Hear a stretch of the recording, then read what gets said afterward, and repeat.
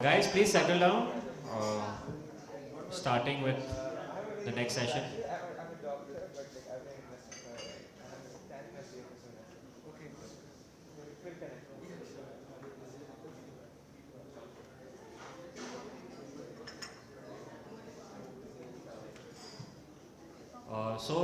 Satwik will run us through his detailed fraud search and forensics model now, post which we can take questions and then we'll break for lunch.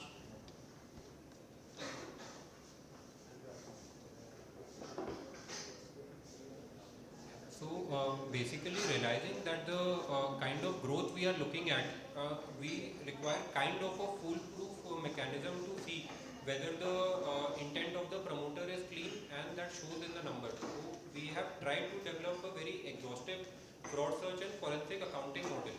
So I'll showcase you some live case studies and showcase you my live working drive also, which over the last 11 years around 440 companies I have worked. On all of them, I have created this forensic accounting and fraud search model. So I'll showcase you 3 companies which we have recently entered. One is a long-term holding, and we have participated in the preferential also on them. So the first company is E2E Networks.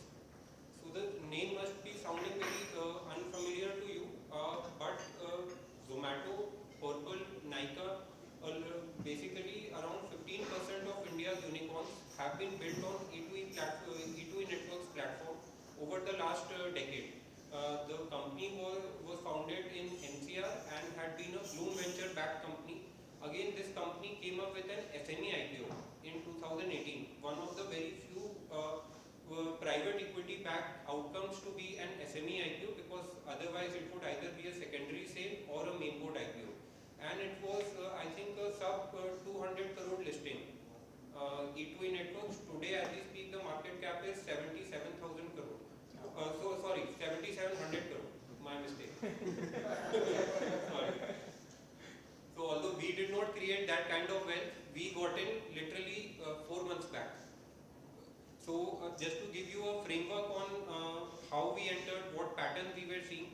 So on an average, every quarter this company was generating 40 to 50 crore of operating cash flow. Now again, so this company, to tell you what it does is, it says to all these startups that okay, Amazon, AWS and Google Cloud are very expensive for you guys. You are, as it is, raising investors funds or basically bootstrapping your company. We will do 80% of what these guys do at 20% of the cost. Right? Rest 20% you need to figure out once you reach that level, or we will develop the capabilities sooner or later. So that is how a lot of these startups from day zero, I'm telling, not Zomato of today, from day zero when the company was started, they have been on E2E Networks platform since then. The company has been scaling up month on month around 10%. Right? I'm talking about month on month. So you imagine the kind of compounding it is doing. On an average, we expected to grow at 100% plus CAGR over the next foreseeable future. Now the challenge to this company was capital raise. Right? The more capital it could get, the more it could deploy in the data centers, and it, along with Hiranandani backed Yoda system, it is the only one to have access to NVIDIA GPUs in India today. Right? Future, I do not know what will happen, but it is the only one to do that. So the only challenge to this company was capital. So we thought that capital will come sooner or later. It's like if basically if a company is good, then sooner or later capital will come, or they will grow through their internal accruals. Then also they'll grow at around 30% plus. And the value, when we entered at around 2,500 crore market cap, it was available at FY25 10 times operating cash flow. So again, everything cannot be price to earning ratio, cannot be EV to EBITDA. It has to be judged on the basis of business. Like this is what my understanding is, because they are in constant reinvesting phase. A lot of depreciation and everything will be happening. So and they were generating good cash flow. Like this first 6 months, they have done around 100 crore of operating cash flow. So then they raised a preferential round at around I think 2,800 crore market cap of around 400 crores. Right? So then Ashish Kacholia's family office invested. We invested through our alternate investment fund also. A lot of Bollywood celebrities also invested. But and then also the company reported very good numbers. This all I'm talking about last 4 months.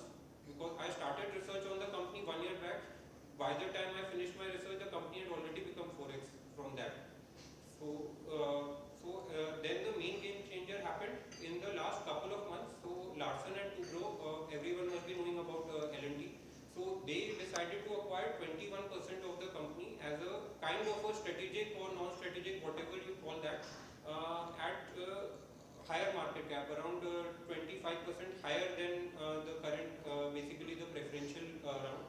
I think the market price was 3,300, the share price at which they participated in. So now the pathway is clear that they have L&T's backing, and the scale and the capital is not a challenge. Even land is not a challenge to build up the data center GPU capacity. So the scale can be immense, and the promoter has shown a proven track record over the last 10 years, not even 5 years, and it had been one of the best VC funds backed company.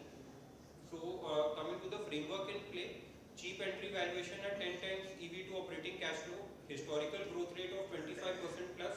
So the levers for both earnings to grow at 25-30% and the valuation to grow from say 10 times to 25-30 times was there. Return on capital employed of 25% plus, basically in a framework of 25 to. Along with first generation entrepreneurs. And now I'll show you the main part, which is the fraud search and the forensic accounting we do.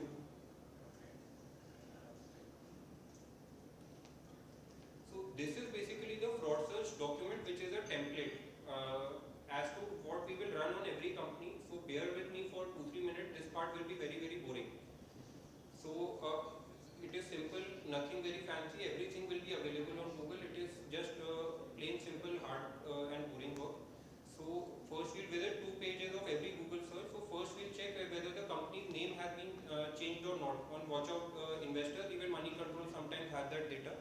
Then value picker has a lot of data on the company. Then checking management interviews, seeing the top management's LinkedIn profile, looking for the MCA website if job op is not available, along with total complete background.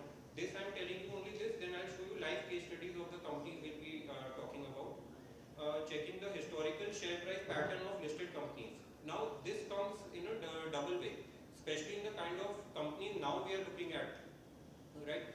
Whenever they, like if you just Google E2E charts, it will be straight circuit. Like in flat 4 months the stock has been more than 4x, last 1 year it has been 11-12x. So there is something in the mind that probably it is being manipulated or operated, like it always hits the mind. So then it is very important to see like who are the kind of investors, and knowing through the network of bankers and other peers, like who are investing in the stock or who is holding more than 1%. It is available on the like public portals also. Then more very important is who are the shareholders holding significant share of the company to detect manipulation of the shares. So there are 15 names. So I have deleted it right now because it is a public platform. Otherwise there is a list of 15 names and it is an ongoing process. Tomorrow 16 name may be added. These are mostly Dubai and Calcutta based operators who are there in any stock. We will just not touch their stock. Checking the size and the business profile of group companies, the promoter skin in the game, whether the company going from 1,000 crore to a 7,000 crore moves the needle for him or not. What have been the last 1 year plus acquisitions and related party transactions of the company. Then another simple Google search which everyone can be doing is checking for the CSR expenditure. A lot of say first generation entrepreneurs, because they miss the forest for the trees, they will not be doing proper CSR. They will think कि वो मैं 1% भी मार के अपने पास ही रख लूँ. That 2% criteria has to be there. It does not has to be unspent. Now, what are the criminal cases, civil proceedings, litigation? A lot of companies do provident fund non-payment also, like say Byju's did now. So this is an extreme case. These companies normally that situation will not be happening because these are debt-free 30% ROCE companies. Court cases, litigation, fraud, siphoning. These are simple Google searches we will be doing with the company and promoter name. Suppose E2E Network fraud, E2E Network siphon, promoter name fraud, siphon, kickback, demonetization, black money, hawala. Because we are looking at the consumer retail sector, so the lesser said, the better. Front running by the promoters, scam, auction, bribe. Then even what are the charge sheets, FIRs filed, manipulation of the share. Hawala, hundi, which was very prevalent around 7 years back in the consumer retail, especially the jewelry sector. Then court cases I have already discussed. What are the investor concerns, reasons for share price fall? you will not believe a lot of companies which are larger mid-cap companies today, the promoters have been SEBI debarred also multiple times. Due to front running, manipulating their own share price, or basically his relative only manipulating it, so SEBI these days figures out most of the stuff. Then even if there is any CAG report, so all this, I think a lot of you must be thinking that this all will not actually fructify. But because like a lot of promoters do a lot of things which should not be done, so everything is available online. In fact, a lot of them have even CAG issues against them, and even murder cases against them, especially if you are looking at the infra and the real estate sector. I think every third promoter will be having that today. Then serious fraud investigation office, what is the, like especially in the cement sector, although we have not found any company which matches a growth parameter, but this competition, commission, cartel and all those things we kind of look at it.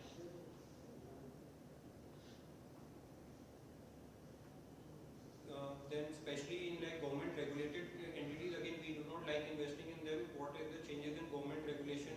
Buyback has been done, minority friendly, dilution, offer for sale should not be too often. So again here there has to be a distinction. Like in books and all we read that company should not be raising capital, it should be doing through internal accruals. But what if it has to grow from 20% to 50% and that opportunity size is there? So shouldn't it raise capital?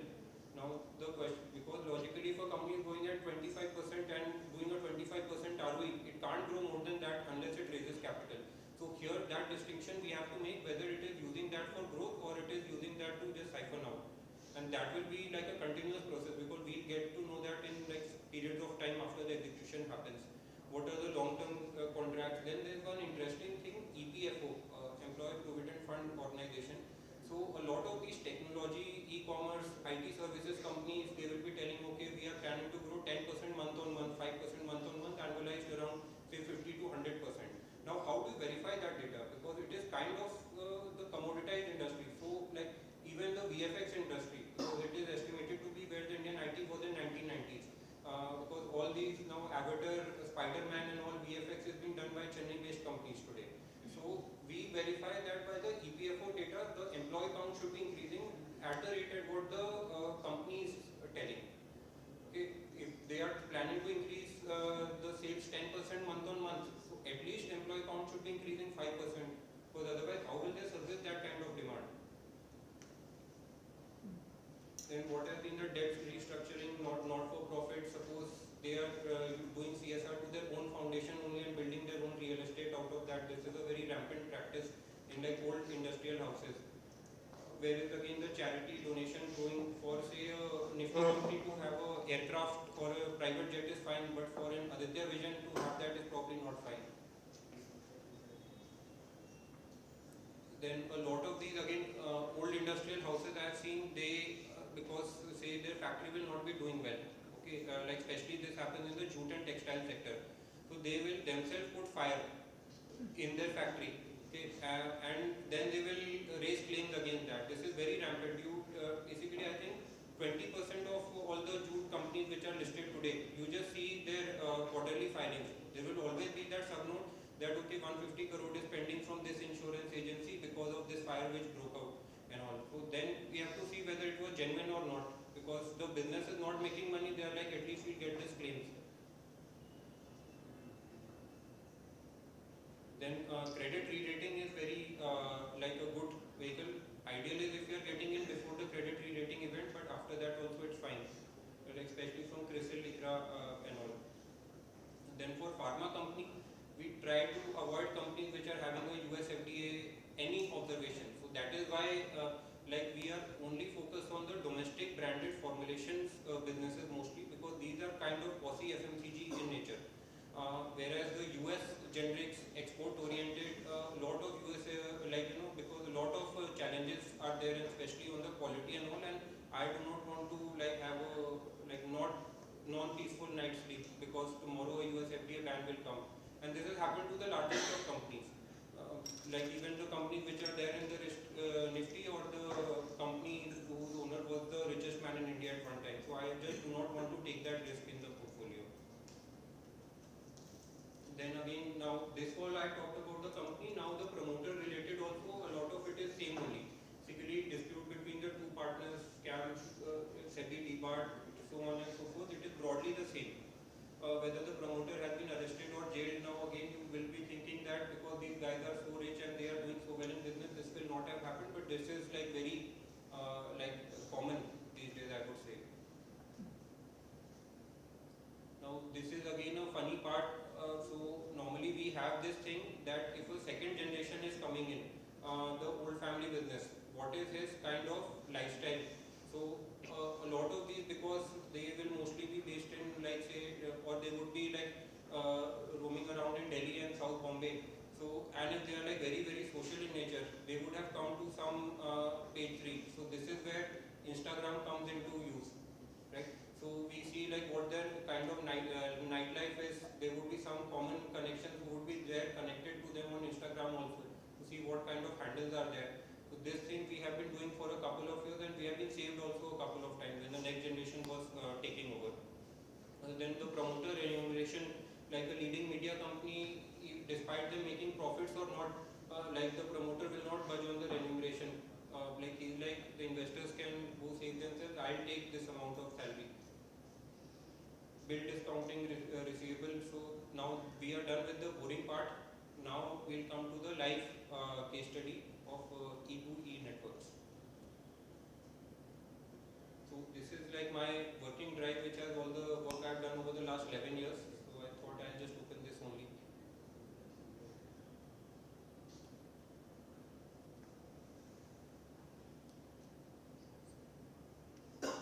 So basically, the management's brief, what is his background. Now, without getting into the company name and all, it will be a bit rustic. What the details, like what are details we are getting from the DRHP annual reports, online, his LinkedIn profile, the other co-founder, which happens to be his wife, who are the other team members, whatever, any information we are finding on YouTube also or any interviews, we just link it to them so that 5 years down also I have to do something on the company, I can just look at it. So the top management who are there, the CFO, I think the recent CFO had resigned, so this was the new one.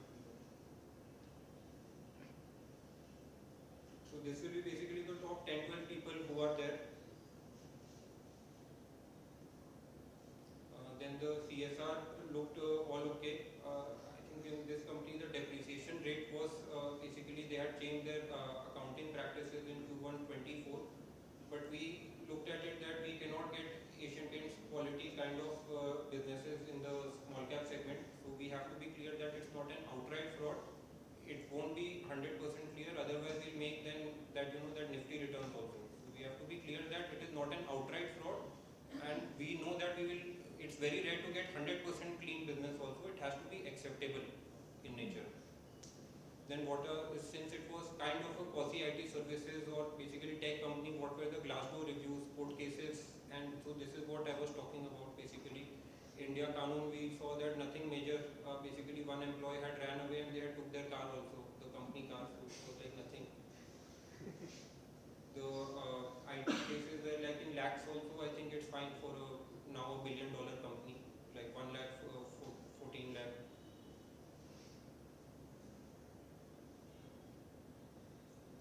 So then like Twitter is also a very useful vehicle. So basically like modern day returns would I think require modern day measures. So Twitter, Instagram, I think they are very useful in these kind of things. So this was the fraud search. Now the forensic accounting. So basically we'll be downloading the data from Ace Equity about them, and we'll try to marry the balance sheet, P&L and cash flow of the companies. So here like we link the data, but the main part will be down here.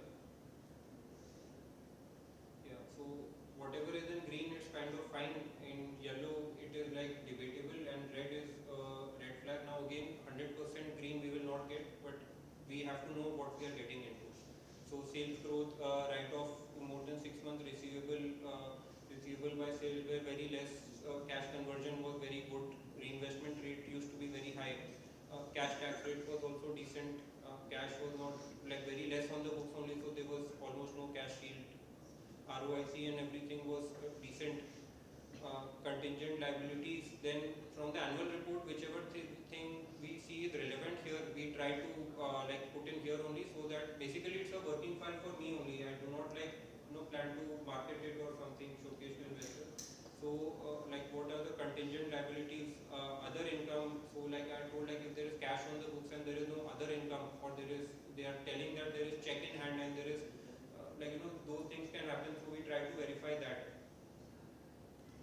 Then this trade receivable, this scheduled only from the annual report 22, 23 and 24 also we have put here.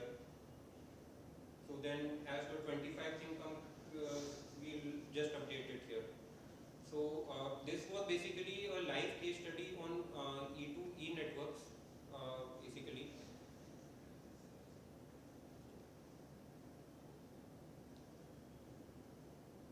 Yeah, so now we'll go to the second company.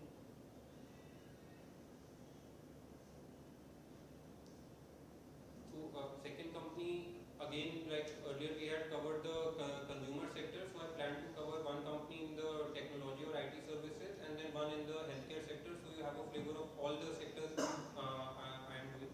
So the company name is All E Technologies. So it is a very simple IT services company, if I put it very vanilla way. So how I look at the overall sector is your large cap IT. Fine, I'll continue with that. So the large cap IT will not be growing in dollar rates of around 3-4%. INR maximum they will grow around 6%, and they are already at 20 times price to earning.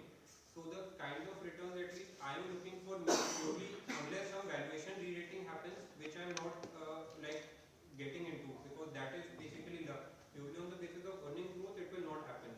Coming to the mid and the larger small caps, like say companies who have reached kind of $1 billion of companies who have reached $1 billion plus revenues, where they can bid for contracts which a TCS or a Wipro will be bidding for. These companies, like say Coforge or a Sonata Software, at maximum they will be growing in dollar rates of around 14-15%. Like this is what like my analysis suggests, and these will probably be the fastest growing mid cap IT companies. So I was figuring out, because the unit economics of the industry looks so attractive, like high cash conversion, services based business.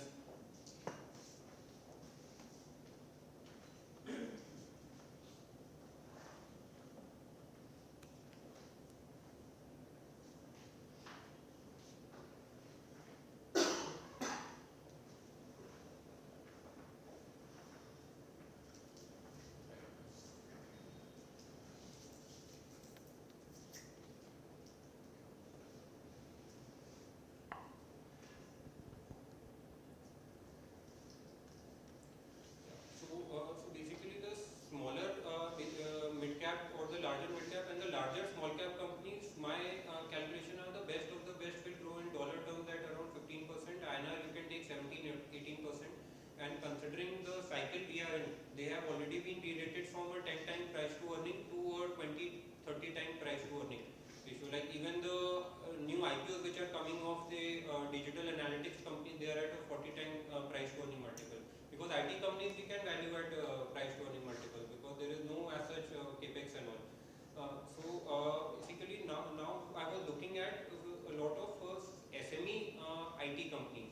So here the framework which I am trying to use is, because these do not have very large scale, they have to be focused on one thing only, so that they scale that to at least 800,000 crore revenue, then they can go in ancillaries. A lot of these SME companies, they were going with all the buzzwords. AI aa gaya to AI kar liya, machine learning kar liya, banking is doing well, so they get into banking also, Hadoop and what all they were doing. Half of the things I could not understand only. I am like a BCom guy basically.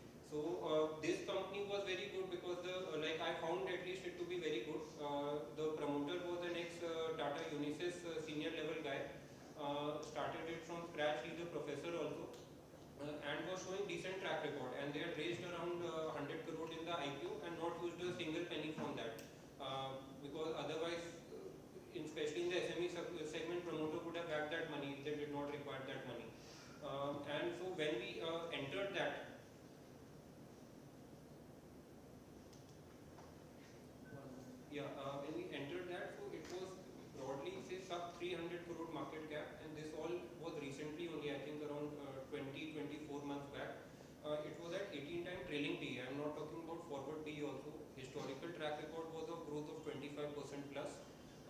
Future also looked at 25% plus, and they were doing one simple thing, Microsoft Azure implementation for a lot of educational institutions in India.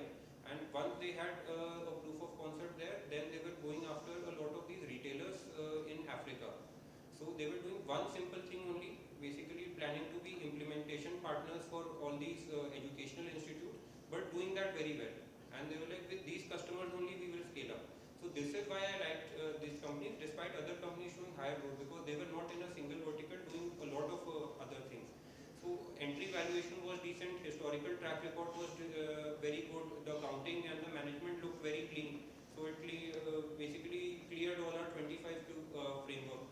So as we speak, because of the liquidity also and the companies quarterly sales have increased by 50% and profits have increased by 100% in the last 21 months. The stock has become 4x from that time. So now a couple of funds have got into the company. And mind you, still they have 120 crore lying in the bank account.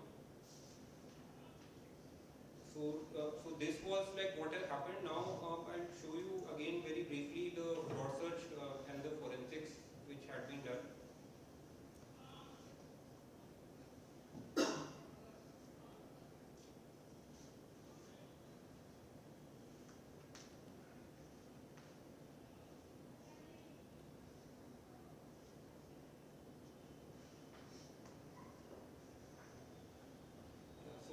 One would like based on reading at value research and other forums, so like more than 1 year attrition used to be 6%, which is very rare for a small IT company because people just get in to take a 20% raise and move to a bigger brand.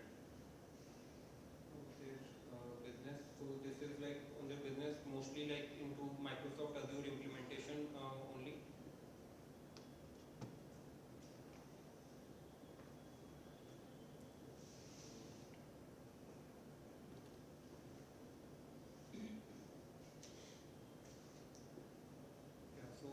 Again the same pattern, taking a stock of who the senior team is, what their background is. So like Mr. Ajay Mian, he is the founder. Then who are the other people? Similar process because the pattern is same. Which other company they are director in. So this part has been picked up from Zohawk, which I was telling you about. So and then you can just see who are the other directors in all these other companies. It is like linked also.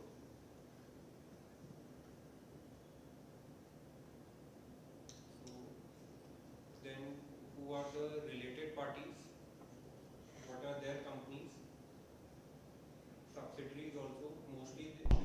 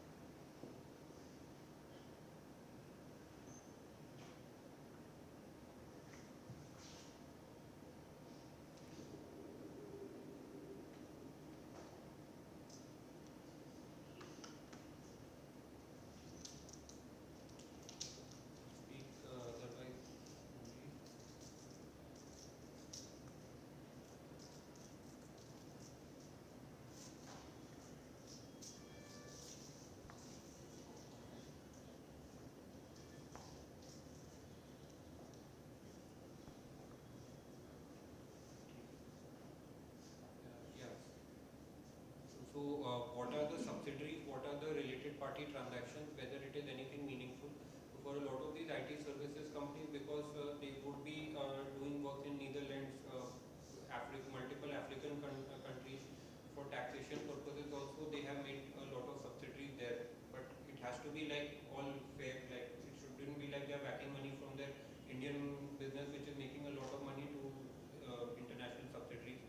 What what are the contingent liabilities? So again, nothing major. Then blogs, videos. So there is a very good alpha SME ideas thing which is there on YouTube. So I had found out. Then like reading the whole DRHP, what anything which major issue which is there. Again, litigation, court cases. Again, nothing major which is there.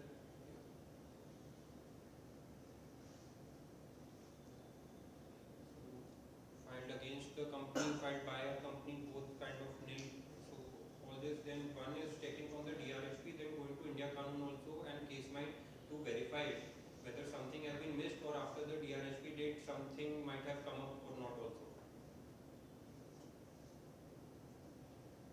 Then the independent directors, again related parties comes up often. What is the remuneration the main key person is taking? So despite having, now you understand one thing, despite having 100 crore plus in the bank account, promoter is not even like now drawing probably above 1 crore a year. So he is totally kind of like involved in the growth of the business. And this is very rare to find in like SME companies which are like not genuine. And 8 out of 10 companies will be like this only. Like, then what is the CSR policy, whether it has been done in time, then value figure, anything interesting I found to be. Yeah, so this is on poly technologies. So one last company we'll do, then any questions if you have.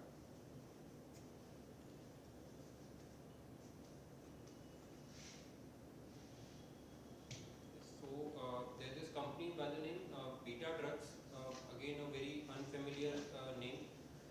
So currently it's at around 2000 crore market capitalization. So recently we participated through the AIF in its preferential allotment along with one of the largest global healthcare investors in a total 110 crore fundraise. I think HealthPod is their name. So we have been invested for a long time in the company. So I think 4 years plus we have been invested. And again the same pattern which was there, because we were not very interested in the generics, international generic business, because it is kind of commoditized and controlled by the retailers. So we are most focused on the domestic branded formulations. So Beta Drugs, basically after the newer generation took over, they were very aggressive, 5-year plus, I think 7-year plus track record of consistent 25% growth. They were setting up new factories, very good cash conversion cycle also they had. And when we got in, they were at I think around a 15 time price to earning multiple. From that time, the profits and revenues have grown 4 and 5x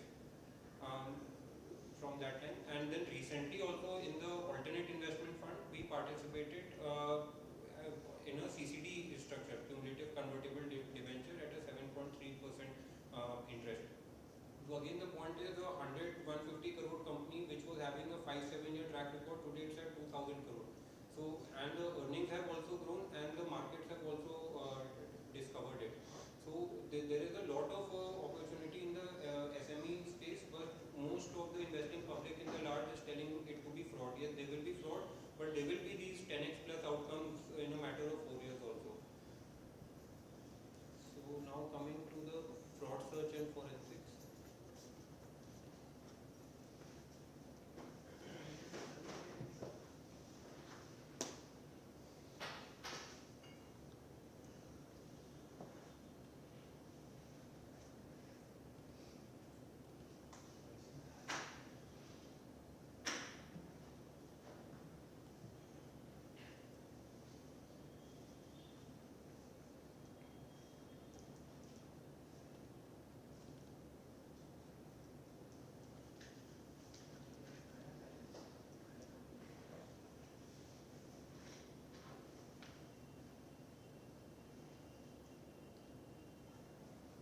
So like CSR, so like this company at one point of time had not done proper CSR expenditure. Basically around 10 lakh of CSR expenditure was pending. But again, that is like okay to ignore, because it is not a very major amount. If everything they are like trying to like do something if and but, then it takes a call that okay, we should not going ahead with that. But when the operating cash flows are fine, they are investing at 25-30% ROCE. It was fine.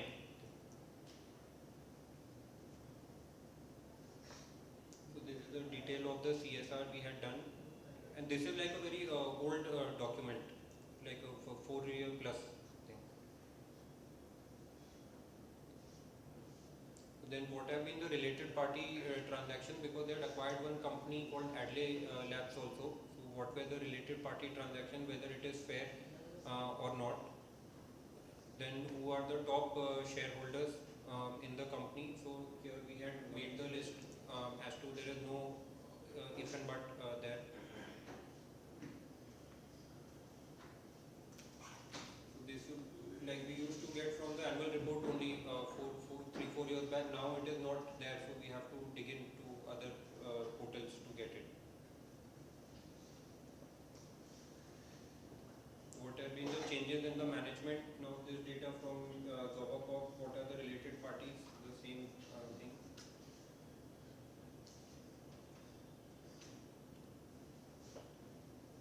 Financials, anything which needs to be highlighted, so it has been done. Then the court cases and litigations which have been there against the company.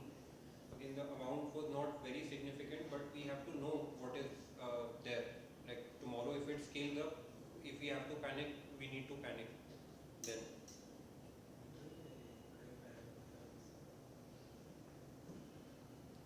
Like this was a 13 lakh case, and this was both in like India Kanun also and the DRHP also.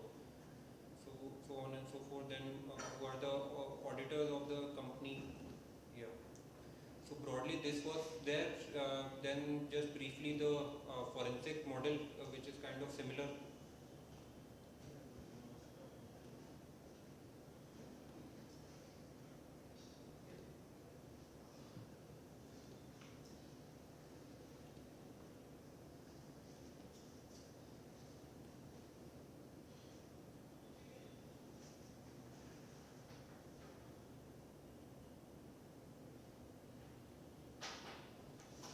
Sales growth, write-off, receivables. So receivables used to be a bit high, now they are say sub 25%. Then cash conversion used to be excellent for the company. Reinvestment rate was also very good. Cash tax rate was not very significant, but recently it has improved. Cash yield used to be around what the FD rate has been. Contingent liabilities were around 1 to 2% of the overall net worth. Now, why I'm telling you like live, this is very important, especially with banks. So why I do not like invest in banks with, suppose any fraud of a large magnitude happens. So like what happened in the Punjab National Bank case when Nirav Modi absconded. So this contingent liabilities and guarantees become the very important part there, and especially in companies which are doing rapid capex. So we have to see whether they can manage that through their internal cash flows or they are raising capital for that. Then what is a lot of companies who are doing acquisition, we need to check their goodwill also as a percentage of net worth, because I've seen in today a 60,000 crore market cap domestic branded formulation pharma company that they had around 8% goodwill to net worth, and when the markets were bad just after COVID, they had written off at least 5-6% of that due to XYZ reason it has happened. So we have to be very cognizant of the fact that whatever merger they have done, the goodwill, it has to be reasonable, not a very outrageous amount. Then miscellaneous expenses, normally we like it to be less than 3-4%, so here it was very consistent, so on and so forth. Now one more important thing is that standalone as a percentage of consolidated. Basically it has to kind of match. It shouldn't be that in one entity all the debt is being parked and the other entity only is being shown to the investors. So yeah, this was a brief on beta drug, on basically all the companies I wanted to present on. So there is a macroeconomic outlook also, so I can share that with you on mail, so I'll be happy to take any questions if you have.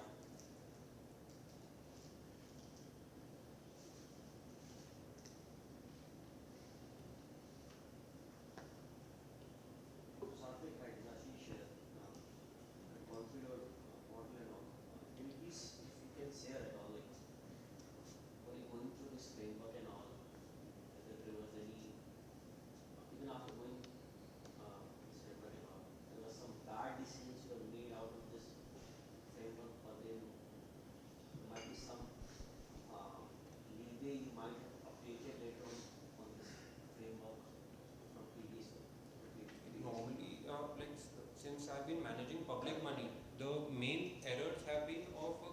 rather than omission. So wherever I've had time correction in stocks which I thought were very high quality, but they did not perform well because the valuation entered were very high, and these were all like very marquee names, like a leading NBFC, that job search platform, a leading paints company.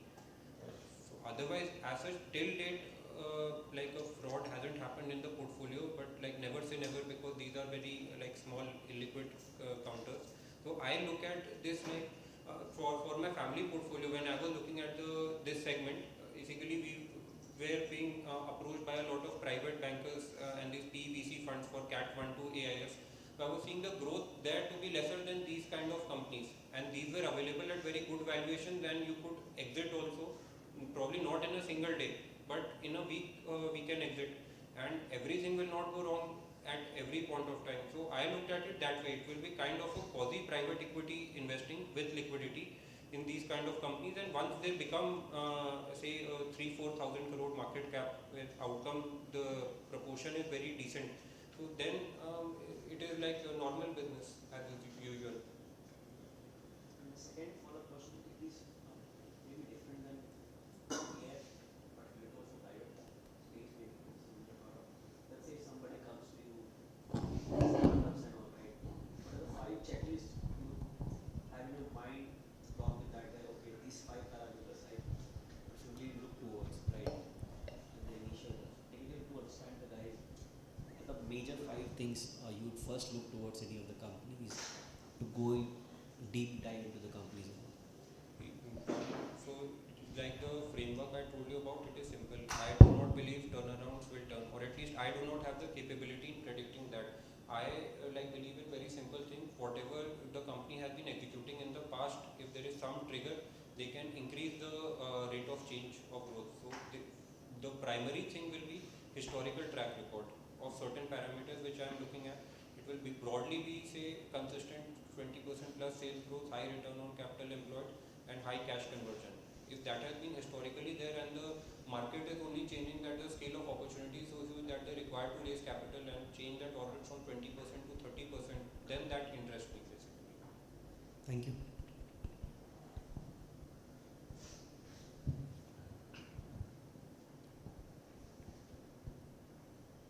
Any more questions?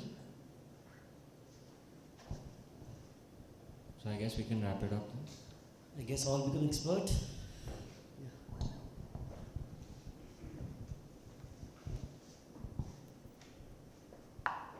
So, what are the factors choosing, and any factors before choosing any industry or a sector you go?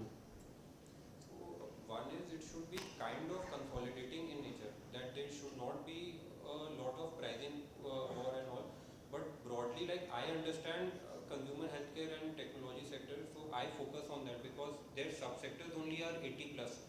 So I need to find my own, I need to find my 20 companies where I think I can make decent money, enter at decent valuation, and ride the growth till the growth is there. Like say even in very boring sectors like stationery, they have been companies listed which are growing at 25-30%. Now valuation is a separate thing, but companies are growing at that pace. The whole sector and the other competition is growing at 5-6%. These companies growing at 25-30% and basically doubling its capacity in the next 2 years. So there will be opportunities in multiple sectors. But like I focus on these 3 sectors only. So, another question is, how do you focus on the concentration risk, given if a supplier has a big concentration on the company or a customer? So, how do you factor? So we avoid anything to do with government, unless or B2B in general we do not prefer a lot. That is why we focus more on the consumer sector. Like today we'll be having the fastest growing FMCG company in the country, fastest growing spices manufacturer, fastest growing watch retailer, artificial jewelry company. These all will be retail oriented. One pattern will be clear, focused on basically strata of the society who used to shop in like local flea markets, and they can shop at these counters because now it is under AC and it is under a specific brand, or the luxury market, which is basically for because in India every week one millionaire is being born, basically a 10 crore plus. Every 1 month basically a 30 crore plus the guy is born, and every 40 days 1 billionaire is born. So then they will be catering to that segment.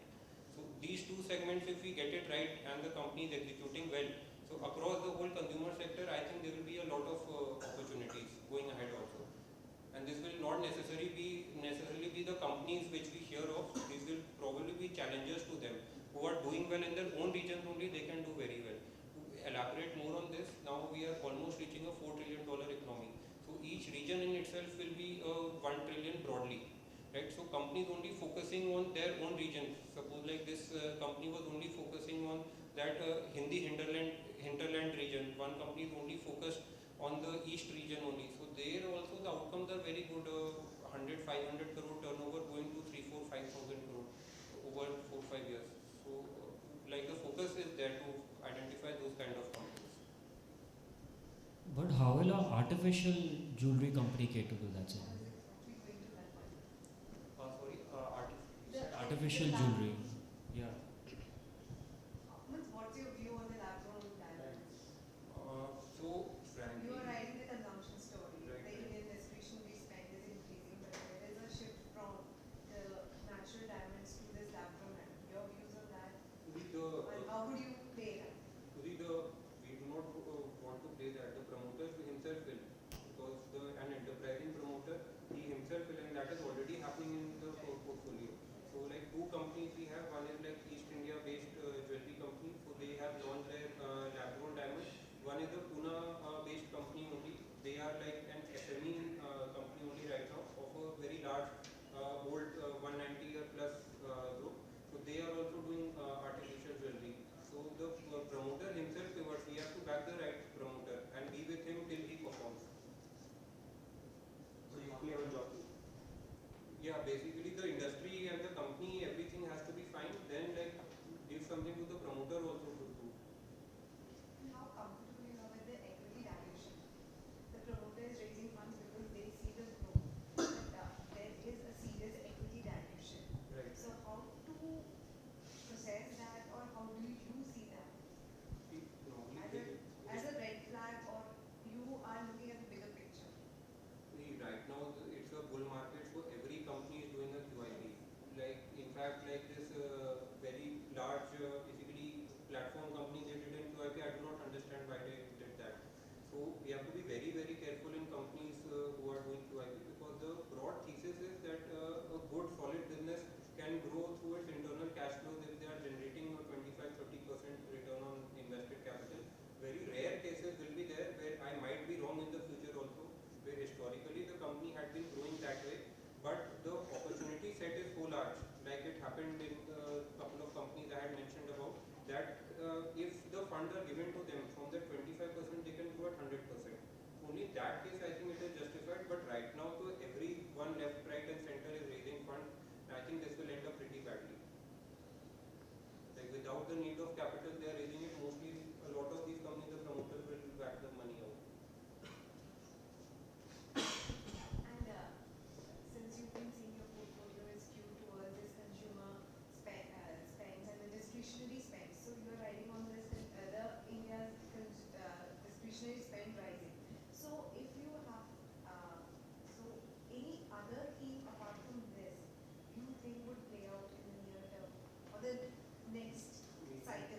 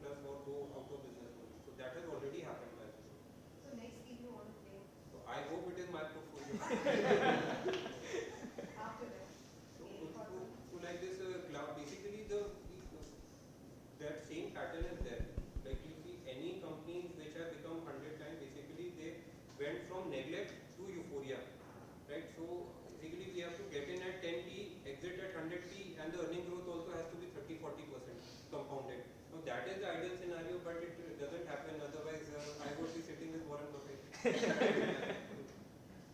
but I think in the consumer retail sector, a lot of companies are there which are going to 20% plus, but the valuations are a bit high. Then like these niche opportunities, like say visual effects, but the companies are not performing only. I think that is a very good sector. Drone e-commerce, that is a very attractive sector. Dental e-commerce is a very good sector, but they are very niche players in these sectors. So I think any of them can become like the next one. Hi, Satwik. Just going back to forensics, we have this new regulation called BRSR for all the companies to disclose. And a lot of small caps may not be yet disclosing these kind of things.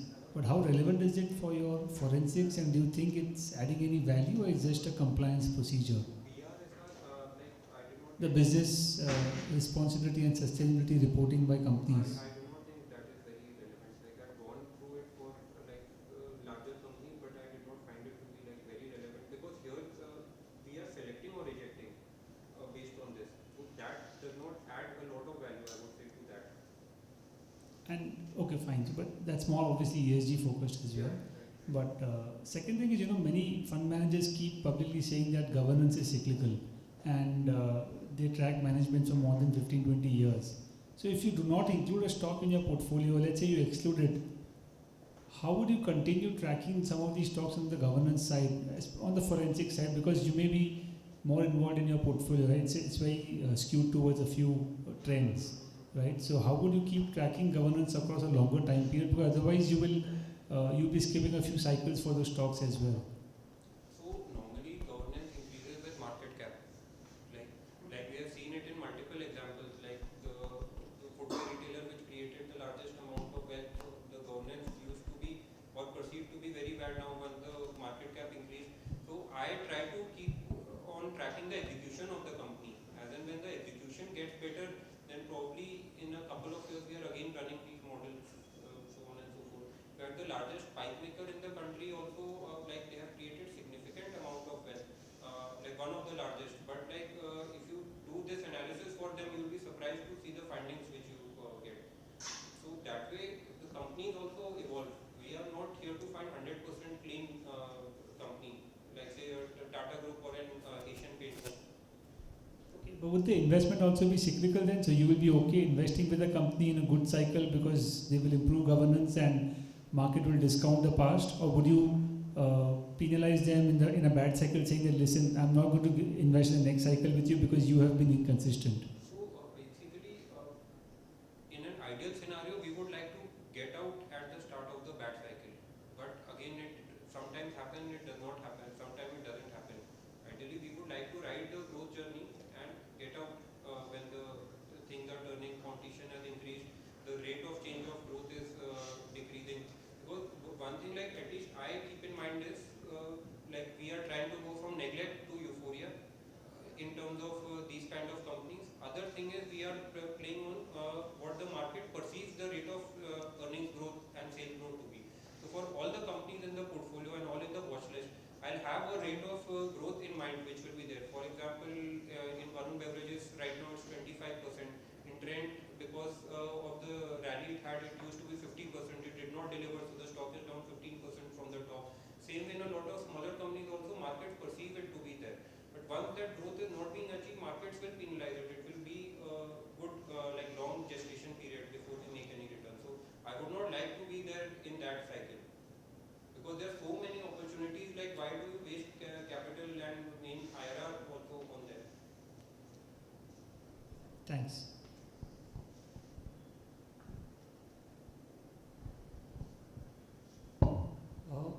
Because of this fraud surge, has there been any company where the market has not realized there's a corporate governance issue?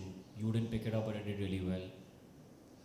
Have you made any changes because of such a thing to your? So there have been multiple examples like that, but like because now it has been a one-way bull market over the last 4 years, or even pre-COVID, like after the GST. So a lot of these companies have done well. And like we have missed it, we are fine because I am concerned with my 2030 earnings. Like I do not intend to be with every company which is making money. So that is there. Apart from that, like we have not made any changes.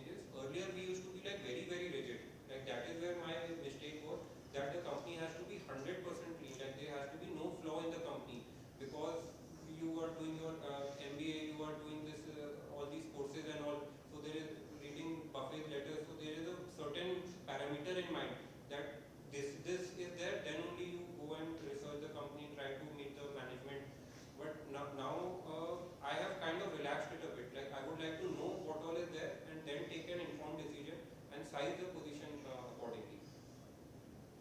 What is the leeway you would keep in terms of, let's say, there is something that you've detected as not forensically correct.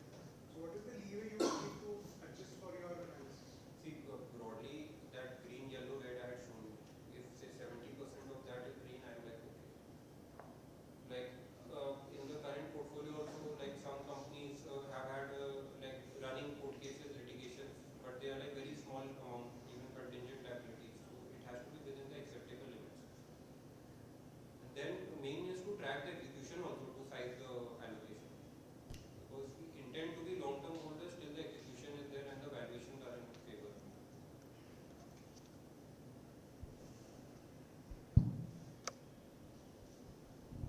So I think there are no more questions. We're past time as well, and we can wrap this up. So thank you, Satwik. I think it was very insightful. I think a lot of people tell us how to buy stocks. You've told us how not to buy stocks, how to avoid them, even if you're tempted. So thank you for that. And can I have Shamit Choksi, Director, CFA Society, to just present a token of our appreciation? Satwik.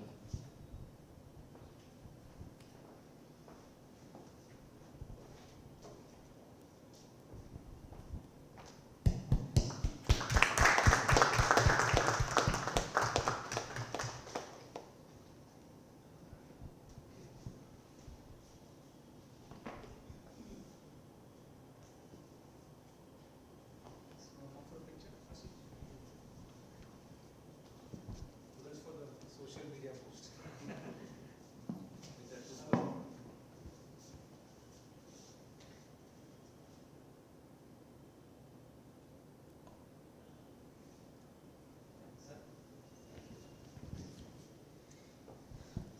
So lunch is being served outside, post which Ashish. Guys, we do have on the 6th, we do have upcoming career day for the young ones, and this time we are looking towards the career is more oriented towards for the side of like experienced people as well. We got a feedback from the members and the other experienced people, so we are planning this year to add more roles, and we have talked with the employers to come up with the more roles for the experienced industry people as well. So do register if you have not. We are, I think we are already nearby to around 120 and 30 registrations. Probably we were targeting 100, but we are already our par. So we'll close the registrations maybe in a day or so. If you are not registered, please do, because last 2 years there are many candidates who come directly at the venue and leaves no option for us to accommodate them over there. So if somebody, I don't know whosoever is, if somebody is looking towards it, please do register so that you don't miss out. We do have a bigger name this year for the current year. And please do network as much as possible. From my given experience, it is one of the best asset you could make in the industry. If we have a connections, we can do wonders. So do network as much as possible. Thank you. Hi, sorry, I was just talking to a few of Jugal and Ashish earlier. So I think from the society's perspective, most of you are members here, and we do realize that there has been slightly less number of events this year in Pune compared to last year. So I think keep writing to us, keep you more active on the groups. If you have suggestions on some speakers, if you feel some topic is of interest to you, just write down. Maybe Ashish and Jugal are here. Some of the senior folks are also there. So just write to them, let us know what is important, and we'll see if we can sort of help out on that as well. So, but otherwise, be more active on the society front. Go on the WhatsApp groups. Try to see events even in Mumbai as well. We have the investment conference coming up in Jan, but we'll see how we can sort of offer that to the Pune members as well. But obviously, we want to do more events. We've had some challenges at a society level last year, but those have been resolved, and we're working towards sort of having much more events until March as well. So just keep writing to any one of us. You can write straight to the board, to the volunteers, to Ashish and Jugal who lead the show here. So anyways, thanks Ashish and Jugal for that, and that's about it. Thanks. And whosoever wants to maybe do a volunteership with the society, they can probably reach out to Jugal and me. I mean,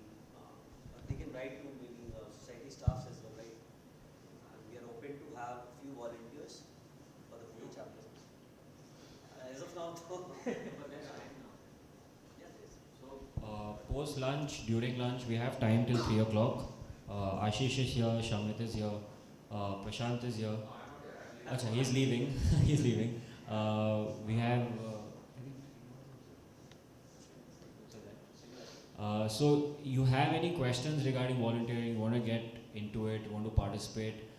They've been around for much longer than I have. Please feel free. Network with them. Ask them whatever you'd like, whatever doubts you like. I remember when I came for the first time, my first question was, how do I get the time to do this? I have a job to do, right? But clearly there was a lot of time. It's benefited a lot. Got to know a lot of people. And yeah, so there's time till 3. We can carry on for lunch, and post that you guys can have your discussion with Ashish and Shamit. Thank you. Thank you. And those who have not made registrations over there, please do that. You will get your PA credits through that way. Yes, sir.